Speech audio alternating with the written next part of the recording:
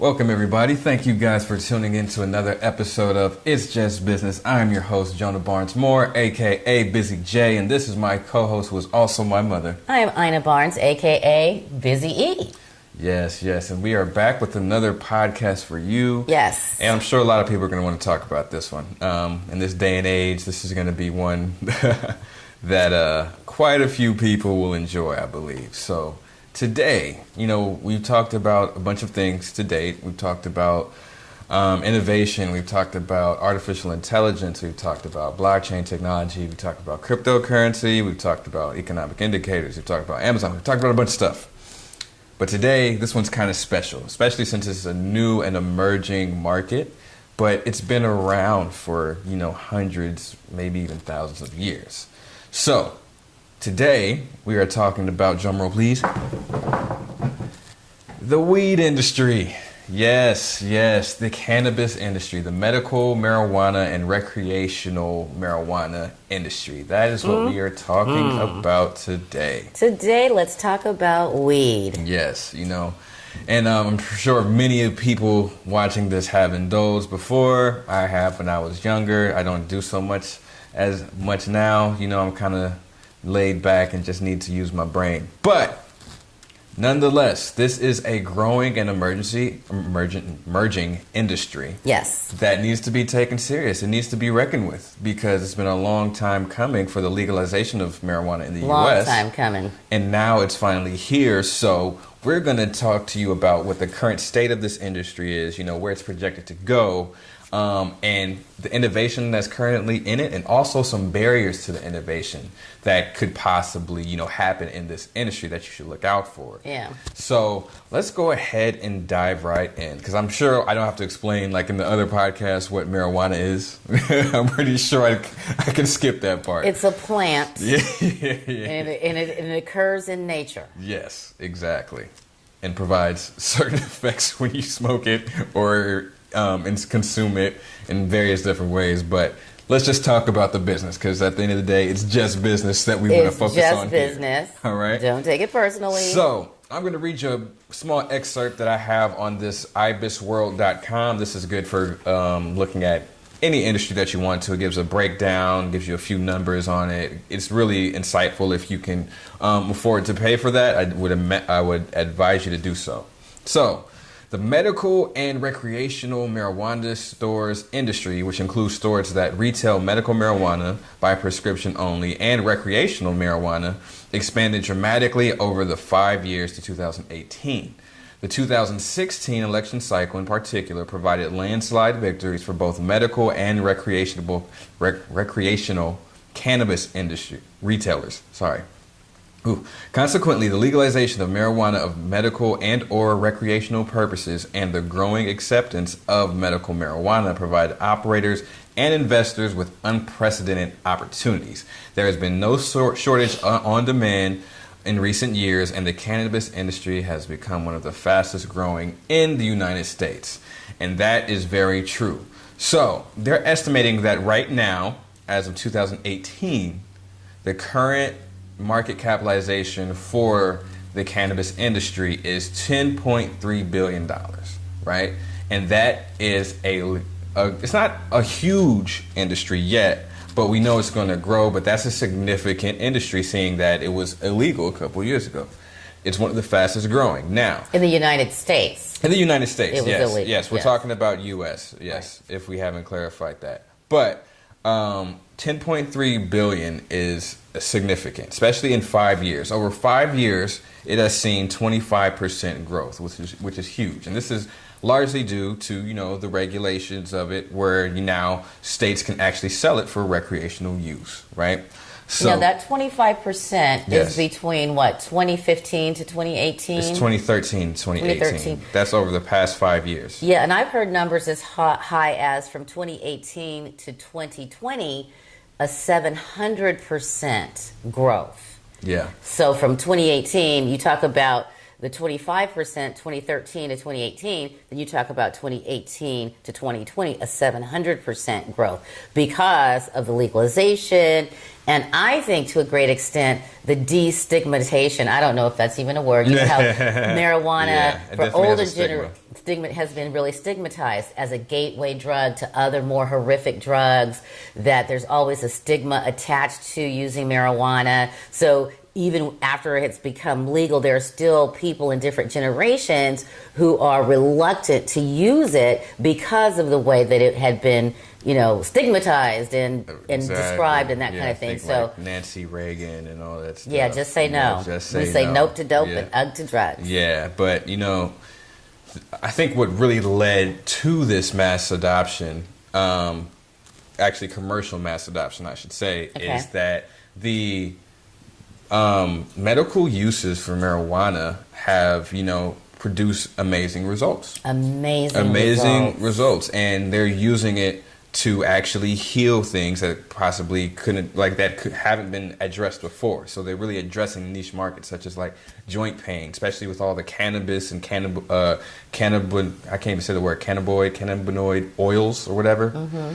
Those are actually really prominent in medical use because you can just rub it on. You know, you don't have to feel the effects of, you know, being high necessarily, but you will get the pain relief that marijuana does provide. The in your medicinal joints. benefit, yeah. Exactly. So these are things that are being, you know, commercialized at a really rapid rate, and it's interesting to see because it provides a lot of opportunity and can really stimulate a whole economy. Right? Because I would say that many of us have seen videos where you see people who are, you know, having, you know, seizures and they can't speak and they're you know, maybe MS or Parkinson's or something like that, and then they're treated with a medicinal CBD, and then there's no more seizure. They're able to communicate. They're able to function.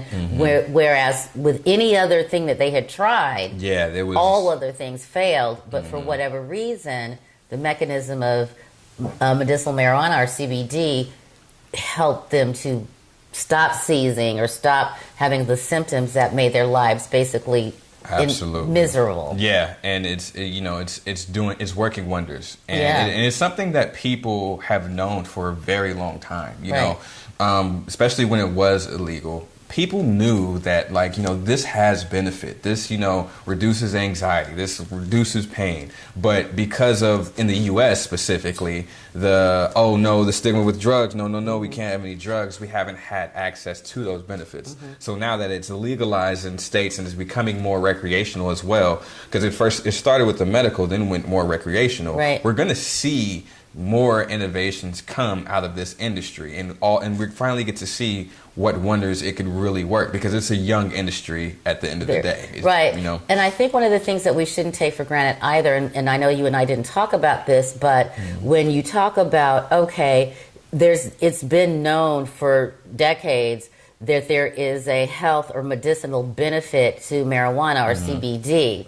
But if for whatever reason, unlike these opioids, it was not legalized. And I think my opinion, this is personal opinion, not JBM Consultants, this is Ina's opinion, is that the government had to figure out, the United States government had to figure out, how can we monetize this? How do we regulate it? How do we control this industry? How do we benefit from this industry? And that's something that they do regardless with new innovations, Yeah. right? They're doing the same thing with, you know, cryptocurrency and blockchain. Before Right. they just jump in and say, oh, this is great, let's do it. They're like, How hold do we on. monetize this? How is this going to work? How can we monetize this? How can we work and make Regulate sure that everything stays the same and it doesn't create too much of a Disruption. shift? Yeah, or disruption. Yeah. Too much of a disruption. So this is going to be an industry definitely to follow. There's a few public companies I'll talk about in a little bit that you can look out for. But most of the innovations are coming from, you know, the private sector, because now that it's an industry, you can be involved in very different in different parts of the supply chain, right? So you could be in growing marijuana, you could be in more of extracting oils, you can be in the deliveries, Dispensaries. you know, all the way down the supply chain. There's many different avenues where people can create businesses Yeah. and actually thrive in this How growing do you industry. modify the product? How Exactly, do you know? exactly. And so, real quick, I wanted to touch on this, and then we can kind of get into the barriers of that kind of innovation. Okay. Is that the projected growth, right? This is one that I have, and we both did our own research independently, and Yeah. so we're going to have different numbers. But this one was interesting. So, it said that by 2020, right, the legal cannabis market will grow to about $24.5 billion, right? So Yeah, I essentially, had 21, so we're Yeah. Okay, we're cool. circling the same numbers. Cool. Uh-huh. So by 2020, $24.5 billion. It's basically going to double in the next 4 or 5 years, which is awesome, right? You But say it's, by when? 2020. So that's 2 years, 1 year. Oh God. It's- I know. Oh, God. 2020 is I'm next sorry. year. Did let Jonah know? Yes, it is 2019. Yeah, I'm like, yeah, it's 2019. Next year. Yeah, I'm looking at, because on this chart it says 2016, and so I was like, oh, 5 years, yeah, but I'm in 2019. You're It's in crazy. 2019. Welcome. Anyway, Yeah, I time know, flies. Time flies. We're having fun. Anyway, so it's pretty much projecting that it's going to be split, right? So half of the revenue is going to come from recreational, and half is going to come from medical. And I think that's pretty interesting because right now, it's dominated by the medical use of marijuana, obviously with healthcare and trying to heal pain and anxiety and things of that nature. That's going to be the forefront, and that's kind of what led it to being legalized. But right now, it's only about 2.6 billion, right? Are used for the revenue comes from recreational use, right? But they're projecting that that's going to be split in half. So it's pretty much going to be half the people are going to use it recreationally, and half the people are going to use it medically. Yeah. Now, And I would go so far as to say that the reason that people will start using it more for recreational use is, like I was saying before, that stigma goes once away. the stigma is taken off or it's destigmatized, that people will say, oh, well, it's kind of like, well, I would not have necessarily before Prohibition had an alcoholic beverage. Right, But right. now that it's legal, maybe I will, go to a bar and actually Absolutely. have a alcoholic beverage. I think it's the same kind of thing. yeah, that same trend. Yeah. Absolutely. And that kind of segues into, the innovations of it, right? Because now it's being so adopted, and it's going to be adopted really quickly. I think it's going to be one of the fastest adoption processes we're ever going to see with any innovation. But they're now able to actually research it on a whole new level, right? There's now, because it's commercialized and going to be used for recreation, the product is going to be so researched and so heavily observed, especially because the regulations by the FDA, that the packaging will tell you, okay, you can expect this, by using this product. It can give you this feel. Because before, it was really like, oh, you just ask two questions or one question, like, or two questions. What's the name of it? Is it an indica or a sativa, right? And so indica and sativa are the two different kinds of weeds that were out there, or the marijuana. And so and so they would say, oh, indica, I forget which one's which, but indica gives you more of a body high where, you feel more relaxed. And then sativa gives you more of a mental stimulation where you feel like you want to do things, be more upbeat. But now with that it's going to be heavily researched and grown and have the science behind it because of all the funding that's behind it. There are going to be these hybrids that can really cater to exactly what a person is looking for when they use marijuana. Personalized medicine. Right. Yeah. And that's where the innovation is right now, right? Yeah. So it's all about creating a quality product right now and, using the funding that you have to research and really tweak and figure out what's the best combination of, indica and sativa, because many of the recreational weeds that are out there now are hybrids, right? Right. And that is something that you simply couldn't really have before, right? You kind of had to just when it was One or illegal. the other, Yeah, it's either one or the other, and then you just kind of have to take your dealer's word for it. Like, it's an indica, it's blue, it's all this stuff. But now it's like the packaging will tell you, okay, this has X amount of THC, X amount of cannabis in it. It's indica, this percent indica, this percent sativa. And so you don't have to, kind of get stuck with, oh, I don't know exactly what I'm getting. Now you can know exactly what you're getting. And the packaging is very important because it can help with things like sleep deprivation. Absolutely. Or it can help, like I said before, if you're having seizures, or if you're having muscle spasms, or if you're having some kind of, birth defect. I didn't mention that, but there are things you'll see if you do your own research. You'll see, but yeah, so that now you can go into these dispensaries. I don't know if we were going to get down there or not, but in the dispensaries, like it literally is like walking into an Apple store. Yeah. It literally is like walking into an Yeah. Apple store. And some dispensaries are so well put together Right. that and there are experts in there that can tell you. You can say, well, I was given this medical marijuana card, but my problem is I can't sleep at night, or I have Right. anxiety, or I have chronic pain, or I'm anxious, or whatever it is, and they will literally show you what different products exist that can address those symptoms, and you can literally purchase those things and you can modify it yourself. And by the way, let's keep it very clear. I don't know if this is something that you also wanted to talk about, but you don't have to smoke marijuana. Oh yeah, that's another thing. That's a because, big barrier as well, and Yeah. that's with the innovations, because innovations, now yeah, it's okay. like you can rub a cream, or you can have Yeah. like An edible. a little edible, or like a little chewy thing, or like gum, Or a sucker, Yeah, or there's so many things that you can do as opposed to smoking. Because that was another thing. I know it's a big barrier for most people. Like, my lungs, I want to take care of my I have lungs. asthma, or Yeah. I'm already a smoker, Exactly, or whatever. exactly. So I don't want to And so smoke marijuana. you don't want to smoke it, Yeah. and so now you can actually ingest it in many different ways. So that is that's where the innovation is now, Yeah. right? Actually on innovating the product, right? And so a barrier to that is obviously the FDA, Food and Drug Administration, right? They're very strict on the packaging, and they're very strict on the effects, and they need to know everything about the product, and that has to be communicated to the consumer on Right. its packaging. No right? false ads. You can't. Yeah. There's no false benefit. You can't say, well, if you take this edible, in this form, guess what? Your cancer's gone. So the FDA, we love the FDA on the one hand because it regulates us. It keeps us very safe. Right. And that's the FDA is one of, if not the leading regulatory agencies on the planet. And we have some of the safest different types of whatever, food, medicine, name it, Right. at the FDA. And we want them on that wall. We need them on that wall. Yeah.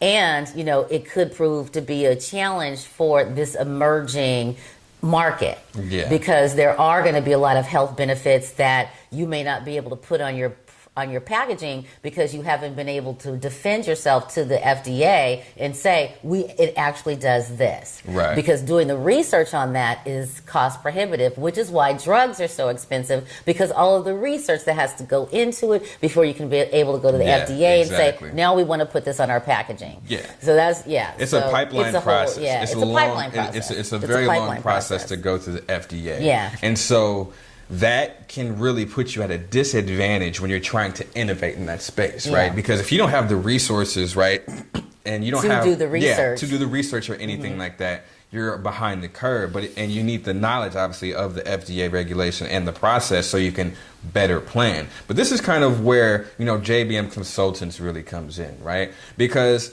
what we do, we help people strategically innovate, right? The innovations that you're seeing in the cannabis industry mainly focus on the product, right? Right. Making the best product, making the quality product. What's the outcome of the product that we create, right? Right.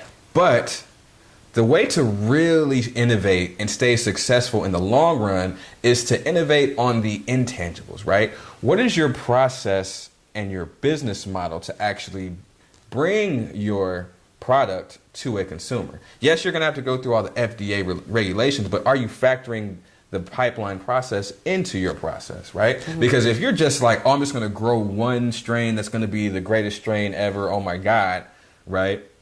And it takes I don't know the time frame, but let's just say 5 years. It's longer than 5 years. But let's just say 5 because it's a new industry and they haven't, had to put too much regulations Yeah, on 5 it. years means you've been fast tracked. Right. 5 years is a very short time frame to get And through so the FDA. you're like, I'm just focusing on this one product, and then it comes out, but it comes out a little too late because somebody else already released your same the bigger machine with Right. more resources. Yeah, with more resources, release the same thing. So now you're competing for a larger market share, but it's already been diluted because you took too long to get through the FDA process. But if you have a business model that actually somehow expedites the process and the regulations because of how you develop your product, and you can get to market a lot sooner. That's the innovation you should really be chasing, because everybody's going to do it by the book. But if you think outside the box and figure out a way, okay, maybe I don't need to necessarily produce this product. Maybe I just need to get the demand for this product, buy it in bulk from somebody else who's already fast tracked to get it, and now I'm and put my brand on it. And next thing you know, you're ahead of the curve. You have innovated the process, and it's less capital intensive up front, right? That's just one example. But what we're getting at here is that when you strategically innovate, it pays dividends down the line. It stands the test of time. In this space, we're going to see a lot of people rise, a lot of people fall, because they're just, product. We're focusing on the product. We're innovating the product, as opposed to innovating the process. And I would say this too, Jonah. One of the things that will be very fascinating is because, we've had big pharma and biotechnology forever. Right. And this is an emerging product, emerging market. You're going to start seeing a lot of these people who've been through the tested, tried and true. These pharma and biotech execs, they know how to get through the FDA. Absolutely. You're going to see, if you're smart and you know how to do good recruitment, you're going to recruit the experts to help you bring them on board, because you can afford a good hire. You can afford several good hires that can help you get through the FDA or get to where you're trying to get as you innovate your product, and they're going to know. So you're going to start seeing more marriage between big pharma and biotechnology and these people who I have my farm, but I haven't really been working with big pharma. But you're going to start seeing more marriages there. Absolutely. Yeah. And I'm really glad you brought that up, because this kind of more helps me touch on two real theories of innovation that are super applicable right now with this industry, right? So the first one I'm going to touch on is Clayton Christensen's The Innovator's Dilemma, right? The Innovator's Dilemma. The Innovator's Dilemma is pretty simple, right? If you're a big company, right, you're focused on securing the bag. You are simply focused on your bottom line. The bag. Yes, we talked about in another podcast. That's monetizing your product. Yes, securing the bag, making sure that your bottom lines are straight. You have customers, you have a loyal customer base. You're just focused on product and making it better and better and better, right? Now, if you're an entrepreneur, you focus on a market that hasn't been served, right? You focus on a product. You build a product. Yeah, find a niche. You find a niche, and you get to that market. It's a lot smaller than the big market that the large company's going after. But if you keep focusing on that and build it over time, that market share is going to grow. You're going to dominate, and you're eventually going to pass the big company down the line. Now, the Innovator's Dilemma is specifically for large companies, because innovators can see this, right? You can see it in many different case studies. Over the test of time, the most innovative companies have focused on a niche market, and it grew and grew and grew and grew and grew. And next thing you know, oh snap, we're too late. We can't even enter into the market. So as a decision maker in a large company, you have to decide, okay, do we, allocate our resources to this niche market that we see a lot of growth potential in, or do we just keep going worried about our bottom line, securing our bag, right? So with that being said, biotechnology and pharmaceutical companies are in that dilemma because of the marijuana industry. They're going to have to say, okay, it's an emerging market, right? Do we focus on allocating our resources to marijuana products, medical products now, or do we wait down the line and, see what happens, right? So that is focusing on the product, right? And this is Clayton Christensen's Innovator's Dilemma, that decision that I just discussed. But what these companies typically do, right? They're just like, we'll just buy out the companies. We'll buy our innovation. Yeah, we'll just buy our innovation, right? We'll buy a small company through these three methods: mass acquisition, like you just said, procurement, and venture capitals, because venture capitals fund the smaller business, right? And so that way you actually have control over these new companies coming into this disruptive market. However, that's assuming that these entrepreneurs need resources to accomplish what they're trying to accomplish. Now, 9 times out of 10, that's the case. But if they have a strategic innovation and a strategic business model where it's less capital intensive up front and it's unique to the industry and it checks all the boxes, it serves a niche market, it provides a quality product, and it does it in a way that's never been done before, then that innovation is primed to disrupt your internal processes, right? Mm-hmm. And so that's something that products cannot address, but strategic innovation does address. Right. Strategic innovation prevents you from having to change all of your processes because this company is emerging. This disruptive, yeah. Right? And that's kind of the difference with JBM Consultants. We focus on that strategic innovation, right? You can use VCs and procurement and mass acquisition to buy out these products and add that to your portfolio. But when in an emerging market, when a company develops a process that flips the industry on its head, procurement, VCs, and mass acquisitions will not save you. That will not prevent you from having to change the way that you do business. And that's why it's important to focus on strategic innovation. And I say all that to say, whoever in this market, in the emerging marijuana market, whether it's recreational or it's medical, if they focus on the strategic innovation and making that last, not so much on the product. The product is going to sell itself. Everybody knows weed is going to sell itself. It's been doing it for years, right? Been doing it with or without. with or without. With or without. It's been doing permission it for years. But if you can strategically innovate, and when I say strategic innovations, I'm talking the intangibles, right? I'm talking business models. I'm talking processes. I'm talking more internal. As you as a company have a way of getting your product to a consumer, or have a way of even producing a product that forces everybody to change to that method because it's so valuable and beneficial. Those are the companies that are going to win down the line. Innovation has to be in their DNA. It has to be the DNA of the company. Period. It's an internal, a core competency, a core value. Absolutely. And so I'm going to give you a couple names of some very big.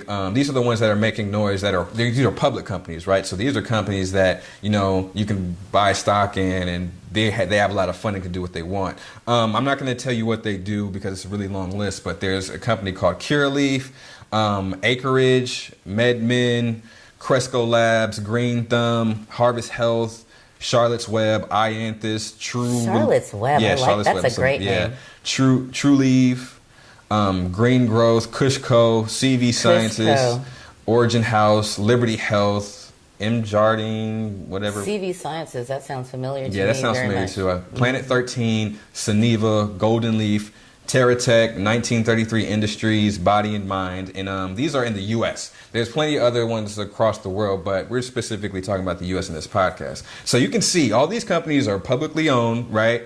So these are companies that are in the industry already and are going to try to make noise. But it's important that you strategically innovate, right? As opposed to just focusing on the product, because the product is going to sell itself. In marijuana, there's not a lot of products that will be niche market because, the effects of marijuana are so broad and so wide that, you can't really say, oh, well, it does this one thing for this one people. It's like, no, it serves a great many deals of people. And very, very few medicines or medicinal products do that. Exactly. So it's harder to find a niche within this market. But whoever strategically innovates, figures, and it could be anywhere on the supply chain, right? And just as a quick sidebar, the greatest innovations change a supply chain. They change the way that a product is delivered. They change the way that a product is produced. Those are the greatest innovations over time, right? And it's typically a process or a business model. So those companies that can figure out how to strategically innovate, look at their business model, look at the landscape of the emerging industry. I don't know why I keep saying emerging industry, and figure out what's the innovative way that provides value. Those are the ones that are going to win the day. Yeah. And if I knew who those were, I would have stock in them, but I don't. But if you would secure the bag. Yeah, I would secure the bag if I knew who those companies were going to be. But if you want to try to be one of those companies, if you want to really figure out, okay, How can I strategically innovate? That's what JBM Consultants does. We'll get you there. We do innovation facilitation specifically to get you to strategically innovate so that you have sustainable innovation and you innovate forever, right? And so that is why we are in business, and that's what we specialize in. And we want to thank you. Our dog is running up, and she's all My excited. dog, Babushka. Yeah. We're doing a podcast, baby girl. Yeah. Yes, you're very precious. I love you Yes. too. Okay, Mama. But okay, sit. That's Oh, what we okay. do at Okay, JBM sit. Consultants. She's all excited because she hears She's like, us talking. Did you say marijuana? Yeah, she. Did you? Can you put it in my food? Yes. No, Mama, She's not for you. excited. Not for you. But at JBM Consultants, we specialize in innovation, right? So part of making sure that you innovate and you innovate forever is that you have to have a culture of innovation. Yes. And that's what we specialize in doing through our processes. We have innovation strategy development programs specifically designed for companies to have a process of innovation so that they can adapt to any disruptive technology that may come their way down the line in the future, right?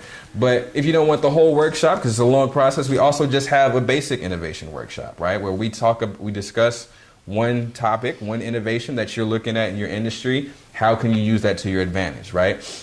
And if you're a startup, we do the same thing. So we have facilitation workshops for you as well, you and your team. If you're looking to innovate or even just get started with a business or just trying to develop your strategy, we help you with that as well. We also have career coaching options to help you secure the bag on an individual level. If you haven't checked out that podcast, you need to go watch that one. That's a great podcast, and we dive deeper into what we do with career development. Yeah. So check that one out. We also have talent acquisition services. So if you're looking for those subject matter experts in FDA regulation, we can help you find them through our talent acquisition services, right? And through all this, we also have exclusive membership packages, which you should go check out and we can cater one specifically for you and what you need and give you the services that you need so that you can have a sustainable wealth and innovate forever. All right? So, And you know what I'm going to say? oh, yes, of course. Don't forget the merch. The merchandise. We have the merchandise. We have our merch. Yes. I love our merchandise. This is this is where I do want y'all to weigh in. Because on our website, it says store. And I'm trying to convince Jonah, instead of, when you have to click on the drop-down menu, it says store. I want to change that to say merch, M-E-R-C-H. I don't like He merch. doesn't I don't like the like word that. merch. And he's so hip and cool. Anyway, go to the But store. yeah, so you can get the thinking. merch. This is the thinking cap. This is the all white with the JBM Consultants in the front. Yeah. Right. This is the innovation cap. This is the Nike dad sports hat with the embroidery. This one's embroidered as well with the J in the front.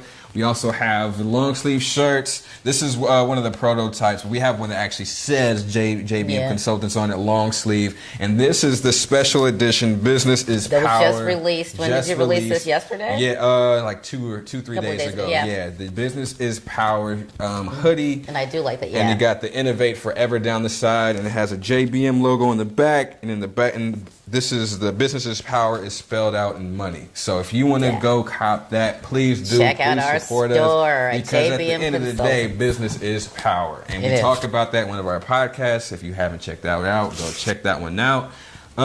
Yeah. Any last comments? Any last concerns? Anything you wanna say? I think that it's a really good thing to acknowledge, recognize that there's a mind shift around marijuana and where it is and how it's going to Absolutely. continue to grow in the world, and just open your mind around it. You don't have to use it, but just open your mind around it, because you never know. You might get to a place where you're going to have a loved one who would actually really benefit from something that they are going through chronically from a medicinal marijuana solution. And just open your mind to it. You don't have to use it, but just remember it's something that could be a solution that would change the quality of life for yourself or someone that you love forever. And it really is worth. And for me, the added health benefit is worth the conversation alone. Absolutely. All this other stuff, the monetizing regulation, very, very, very important. But if it can change the quality of life for someone that I love or for myself, it's worth the exploration. Absolutely. So it's one of those things. Don't knock it if you haven't tried it Yeah. yet, And so me, last words is just that this is going to be the market to watch. Like, this is going to be something that can really carry the U.S. economy going forward with all the changes and all the things that we've seen with the government shutdown and all this craziness that's going on. This is kind of like, a shining beacon of light, a shining beacon of hope where, despite all the economic things that are going on right now in the world, just for that matter, this is something that could really, like, help us through and carry it, because it's such a large market. It has so much potential. So you definitely want to pay attention to it. And also, I'm sure people are ecstatic, that it's just recreational and you can really get customized product for you that gives you the feeling that you're chasing, or the benefits that you need medically. So this is something that is really gonna lead us to a really great place, I think, in the future. So with that being said, I want to thank you guys for tuning in. Thank you. Visit the website, see if you need our services. Definitely go check out our store to make sure that you get you some merch. This is some real nice stuff. Oh, by the way, I don't know. If you type in "Business is Power," you will get a 15% discount on the whole store. That's the discount code. Business is Power. The whole store, 15% off. So make sure you visit our store. Well, that's a good deal. I wish I had known that before I bought my merch. Yeah, but me too. But definitely look into that. And we want to thank you guys for tuning in. Thank Make you. sure you like, share, and subscribe to our channel. The more that we can get our message out there, the better, because we're just educating people to make sure that you stay ready so you don't have to get ready. Right. All right? And so this is going to be a very good ending, because I know there's probably so many people that feel some kind of way about marijuana and Everyone weed. does. Everybody has their 2 cents, and everybody's like, "Oh no, but this, but whatever." Or yeah.